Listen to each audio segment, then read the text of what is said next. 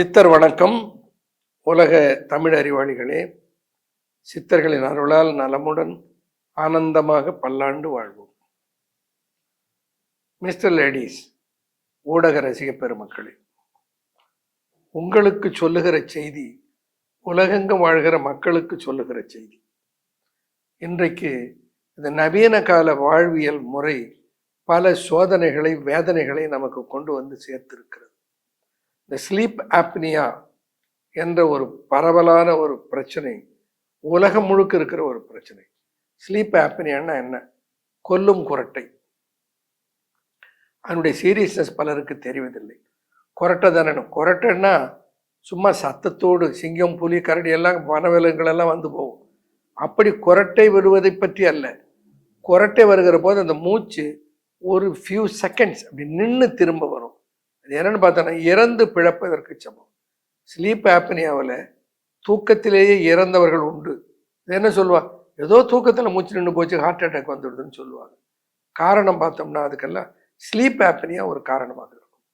Sleep ஆப்னியான்னா என்ன? குரட்டையிலே மூச்சு சில செகண்ட்ஸ் நின்று வருவது. பலத்த சத்தத்தோடு குரட்டையிலே அப்படி உள்ள மூச்சு இழுத்து அப்படி நின்றுட்டு திரும்ப மூச்சு வரும். அதான் ஸ்லீப் ஆப்னியா. இந்த ஸ்லீப் ஆப்னியாவுக்கு என்ன மருந்து, என்ன மருத்துவம், அதை பற்றி பார்க்கலாம். இந்த ஸ்லீப் ஆப்னியாவுக்கு ஒரு தீர்வு என்ன இருக்கிறது என்று பார்த்தால், இந்த ஸ்லீப் ஆப்னியாவுக்கு முதல்ல என்ன காரணம் பார்ப்போம். ஸ்லீப் ஆப்னியா ஏன் வருது அப்படின்னா, உடல் பருமன் ஒரு முதல் காரணம். உடல் பருமன் அதிகமாகிற போது கழுத்தில் இருக்கிற தசைகள் அதிகமாகி, அதனால அந்த மூச்சு பாதையை, உணவு பாதையை அழுத்துவதனாலே இந்த மூச்சு திணறல் வருகிறது என்று அறிவியல் கண்டுபிடிப்புகள் சொல்லுகின்றன. அந்த ஸ்லீப் ஆப்னியாவுக்கு எது சரியான மருத்துவம் என்று பார்த்தால், நவீன மருத்துவத்தில் சிபிஆப்பி என்று சிபாப் மிஷன் சொல்வார்கள். கண்டினியூவஸ் பாசிட்டிவ் ஏர்வே ப்ரெஷர் அப்படிங்கிற ஒரு கருவி. அது என்னன்னா, அந்த கருவியினால இந்த ஏர்வே சரியாக பராமரிக்கப்படுகிறது.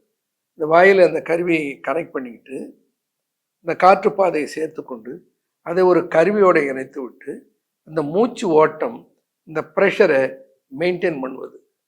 அது என்னன்னா, அந்த சத்தம் வராமல் தடுப்பதற்கு அந்த காற்று பாதையை விரித்து வைக்க உதவுகிற ஒரு கருவி. எவ்வளோ சங்கடம் நினச்சி பாருங்க. படுக்க போனால் அந்த சிபாப் மிஷின் எடுத்து வாயில் கனெக்ட் பண்ணிக்கிட்டு அப்புறம்தான் தூங்குறது என்பது எவ்வளோ பெரிய சங்கடம்னு நினச்சி பாருங்க. அதுவும் இல்லறத்தில் இருப்பவர்கள், குடும்பத்தோடு இருப்பவர்கள் இப்படிப்பட்ட ஒரு கருவியோடு உறங்க வேண்டியிருந்தால் எவ்வளோ சங்கடமாக இருக்கும்னு பாருங்க. அதிலே இருந்து விடுபடுவதற்கு என்ன செய்வது? அதில் இருந்து விடுபடுவதற்கு முதல்ல உடம்பு இழைக்கணும். உடம்பு இழைப்பதற்கு என்ன செய்ய வேண்டும்? ட்ரிம் ஃபிட் இருக்கிறது, குட்லக் இருக்கிறது. அதை பயன்படுத்தி உடம்பை இழைக்க வேண்டும். உடம்பு இழைக்கிற அதே சமயத்தில் அந்த மூச்சு பாதையை பலப்படுத்துவதற்கு அதற்குரிய பயிற்சியினை மேற்கொள்ள வேண்டும். இந்த மூச்சு பாதையை பலப்படுத்த அதற்குரிய மருந்தை கையாள வேண்டும். அதற்குரிய மருந்துகள் என்னென்ன? கோரோ என்கின்ற ஒரு சிறப்பு பானமோ, டான்ஸ் என்கின்ற ஒரு தயாரிப்போ, இந்த இரண்டையும் எடுத்துக்கொண்டால் சுவாச பாதையில் காற்றோட்டத்தில் தடையின்றி ஓடுகிற ஒரு நிலை ஏற்படும். இந்த மூச்சு பயிற்சி என்ன பண்ணும்? அந்த காற்று ஓடுகிற பாதைகளை ஆரோக்கியப்படுத்தும். அந்த மூச்சு பயிற்சிக்கு பேர் ஹார்ட் லங் யோகான்னு பேர். ஹார்ட்டையும் நுரையீரலையும் இருதயத்தையும் ஒரு நேரத்தில் இயக்குகிற ஒரு பயிற்சி, மிக அற்புதமான ஒரு பயிற்சி. அந்த பயிற்சியை மேற்கொண்டு இந்த மருந்தை கையாண்டு கொண்டு வந்தால் இந்த ஸ்லீப் ஆப்னியாவிலிருந்து ஓராண்டுகளுக்குள் முழுமையாக விடுதலை பெற்று விடலாம். இம்ப்ரூவ்மெண்ட் எப்போ தெரியும்? ஒரு 3 மாதத்திலேயே சேஞ்ச் தெரியும். சிலர் 1 மாதத்திலேயே சேஞ்சு கண்டுபிடித்து விடுகிறார்கள். அவர்கள் காட்டுகிற தீவிரத்தை பொறுத்து. ஏன்னா மருந்தும் அதுக்கு பயிற்சியும் முக்கியமாக ரெண்டும் சேர்ந்தால் தான் அதில் ஜெயிக்க முடியும். உடல் இழைக்க வேண்டும், மருந்து எடுத்துக்கொள்ள வேண்டும், உடற்பயிற்சி, இந்த மூச்சு பயிற்சியை செய்ய வேண்டும். அந்த மூச்சு பயிற்சியை செய்வது மிக முக்கியம். அந்த மூச்சு பயிற்சிக்கு ஹார்ட் லங் யோகா என்று பெயர். இந்த பயிற்சி செய்வதனாலே கிடைக்கிற மிகப்பெரிய இன்னொரு பலன், இருதயம் ஆரோக்கியமாகும், நுரையீரல் ஆரோக்கியமாகும். இருதயமும் நுரையீரல் ஆரோக்கியமாக இருந்தால் ஆயுள் ஆட்டோமேட்டிக்காக கூடிடும். ஆக இதை எல்லோரும் செய்வது நல்லது. குறிப்பாக ஸ்லீப் ஆப்னியாக்காரர்கள் இதை செய்வது மிக நல்லது. இந்த பயிற்சியை எப்படி செய்வது, இதை யார் உருவாக்கியதுன்னு பார்த்தோம்னா, இதை உருவாக்கியவர் சிவவாக்கியர் என்கின்ற ஒரு சித்தர். இந்த சிவவாக்கியர் சொன்ன முறைப்படி தான் இந்த பயிற்சியை நான் உங்களுக்கு செய்து காட்ட இருக்கிறேன். இந்த பயிற்சியை என்னுடைய தாத்தா பண்ணுவார். அவர் பண்ணுகிற போது அது 2வது தெருவில் இருக்கிறவன் காலையில் மூழ்கிக்குவான், ஏர் ஓட்டுறதுக்கு தயாராகிடுவான். அவ்வளோ தூரத்தில் சத்தம் கேட்கும். அப்படி செய்கிற அந்த பயிற்சி இந்த த்ரோட்டுக்கு அது அவ்வளோ எஃபெக்டை கொடுக்கும். இந்த த்ரோட்டினுடைய பேசேஜ் கிளியர் ஆகிடும், ஸ்லீப் ஆப்னியா ஓடி போயிடும். இந்த பயிற்சி எப்படி செய்யறதுன்னு செய்து காட்டுறேன், பார்த்துட்டு அதை பின்பற்றி அப்படியே செய்யுங்கள். இந்த சிவவாக்கியர் உருவாக்கி தந்திருக்கிற ஒரு பயிற்சி சங்கு தாரை உயிர் வழி ஓங்கு சுவாசம். சங்கு என்பது 2 நுரையீரல்கள், தாரை என்பது இருதயம். நுரையீரலையும் இருதயத்தையும் இயக்குகிற ஒரு பயிற்சி. சங்கு தாரை உயிர் வழினா பிராணவாயு, உயிர் வழியை ஓங்க செய்கிற ஒரு பயிற்சி. இந்த பயிற்சியை செய்வதிலே சில கருத்துக்களை முதல் மனதில் பதித்துக் கொள்ளுங்கள். ஒன்று, இதில் 2 முத்ராக்கள் வருகின்றன. ஒன்று ஆதி முத்ரா, கட்ட விரலை உள்ள வச்சு மற்ற விரலால் பிடித்து கொண்டால் இது ஆதி முத்ரா. ஆதினா முதல், தாய் வயிற்றில் இருக்கிற போது குழந்தை பாவிக்கிற முத்ரா, அதனால இதுக்கு பேர் ஆதி முத்ரா. இந்த விரலை ரிலீஸ் பண்ணிட்டா அதுக்கு பேர் அபய முத்ரா. பயம் அபயம். இப்போ இறைவனுடைய கையில் பார்த்தோன்னா அபயம், யாம் இருக்க பயமேன், அபய முத்ரா.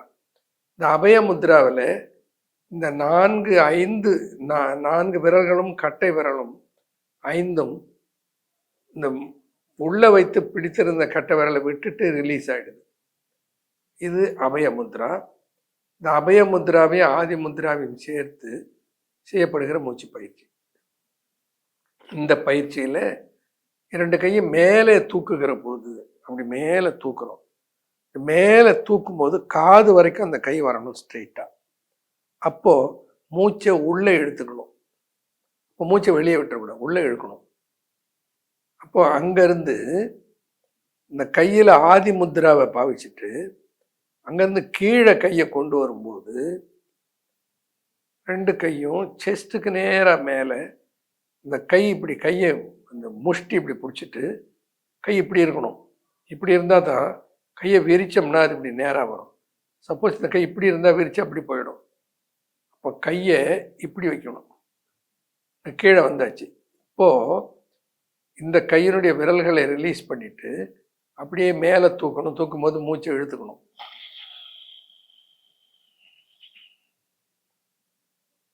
இப்போ கட்டை விரலை உள்ளே வச்சு மற்ற விரலால் பிடிச்சிக்கிட்டு கீழே வரும்போது மூச்சை விடணும்.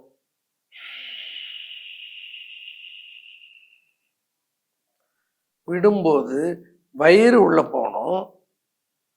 காற்று தொண்டையில் அழுத்தத்தோடு வெளியே வர்றது உள்ளே போகிறது 2 நடக்கணும். உதாரணம் பாருங்களேன். இப்போ மூச்சை நான் இழுக்க போகிறேன். கட்டை விரல் உள்ளே வச்சு ஆதி முத்ரா வந்துட்டேன். மூச்சை விட்டுக்கிட்டு வயிறை உள்ள சுருக்கி கொண்டு வந்துட்டேன். இப்போ கையை ரிலீஸ் பண்ணி மூச்சை இழுத்துக்கிட்டே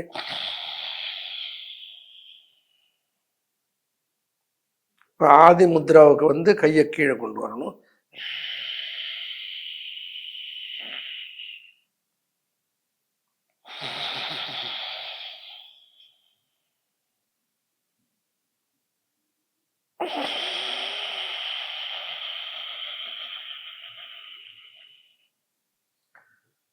இப்போ நான் சொன்ன பாயிண்டெல்லாம் நினச்சி பாருங்கள். கையை ஆதி முத்ராவில் செஸ்ட்டுக்கு நேராக சைடில் வச்சுருக்கோம். கையை மேலே அபய முத்ராவில் போகிறோம். போகும்போது மூச்சை உள்ளே இழுத்துக்கிறோம். கீழே வரும்போது ஆதி முத்ராவில் கீழே வரோம். வரும்போது மூச்சை வெளியில் விடுறோம். விடும்போது வயிறை டைட் பண்ணுறோம். இந்த வயிறை டைட் பண்ணும்போது மலை வாயை டைட் பண்ணிடணும். திரும்ப மேலே மூச்சு இழுத்துக்கிட்டே இந்த 2 கைகளையும் மேலே கொண்டு போகும்போது வயிற்றையும் அந்த அஸ்வினி முத்ராவையும் லூஸ் பண்ணிடணும். கை இப்படி நேராக மேலே போயிடும். இப்போ கையை ஆதி முத்ராவில் வச்சுட்டு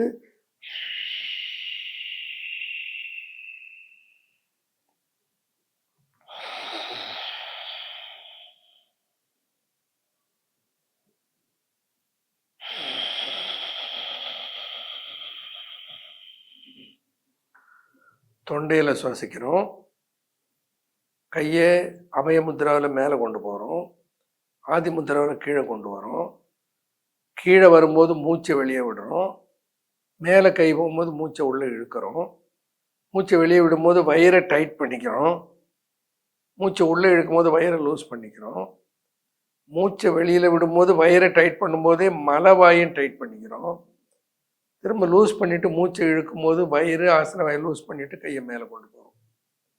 இப்படி இந்த மூச்சை இழுக்கும்போது அபய முத்ராவில்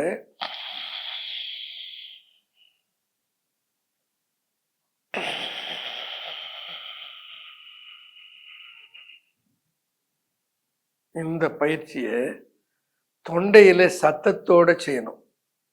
இந்த தொண்டையில் சத்தத்தோடு செய்கிற போது அந்த அழுத்தம் தொண்டையில் பலமாக இருக்கும். பாருங்களேன்.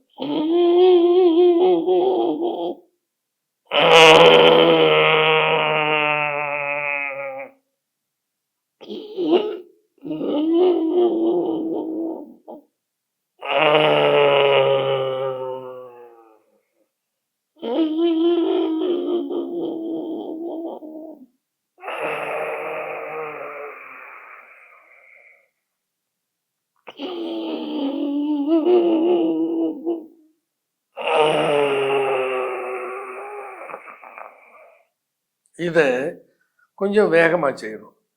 இந்த வேகமாக செய்யும்போது தொண்டையில் இருக்க அழுத்தமும் சத்தமும் அதுக்கேற்றாற் போல் அமையணும். அதுக்கேற்றாற் போல் ஆசன வாய் இருக்குதோ, வயிறை டைட் பண்ணுவதோ லூஸ் பண்ணுவதோ ஆட்டோமேட்டிக்காக அது நடக்கணும், மெக்கானிக்கலாக நடக்கணும்.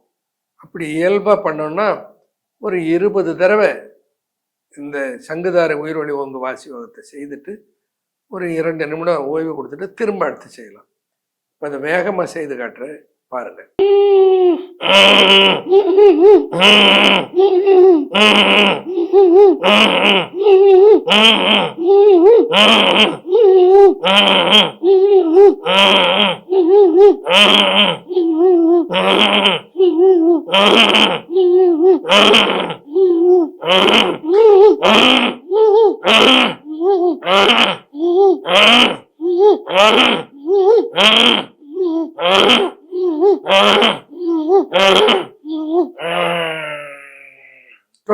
இப்போ இந்த பயிற்சியை பார்த்தீங்க இல்லையா?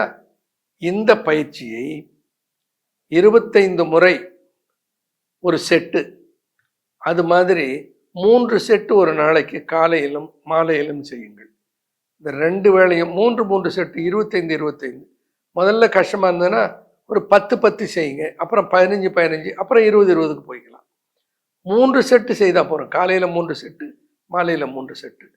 ஆனால் அந்த செய்கிற போது அந்த த்ரோட்டில் அந்த மூச்சு விடுகிற சத்தம் தொண்டையில இருந்து வர வேண்டும், அந்த மூச்சு இழுக்கிற சத்தமும் தொண்டையிலேருந்து வர வேண்டும். அப்போ தான் அந்த மூச்சு ஓட்ட பாதையில் இருக்கிற உறுப்புகள் எல்லாம் பலம் பெறும், ஆரோக்கியம் பெறும். இந்த பயிற்சியை செய்துட்டு இந்த கோரோ டான்ஸ் எடுத்துக்கிட்டு உடம்பு இழைப்பதற்கு ட்ரிம்ஃபிட்டு குட்லக் எடுத்துக்கிட்டு 1 இயர் நீங்கள் விடாமல் முயற்சி பண்ணிங்கன்னா இந்த ஸ்லீப் ஆப்னியாவிலேருந்து வெளியே வந்துடலாம். நன்றி, வணக்கம்.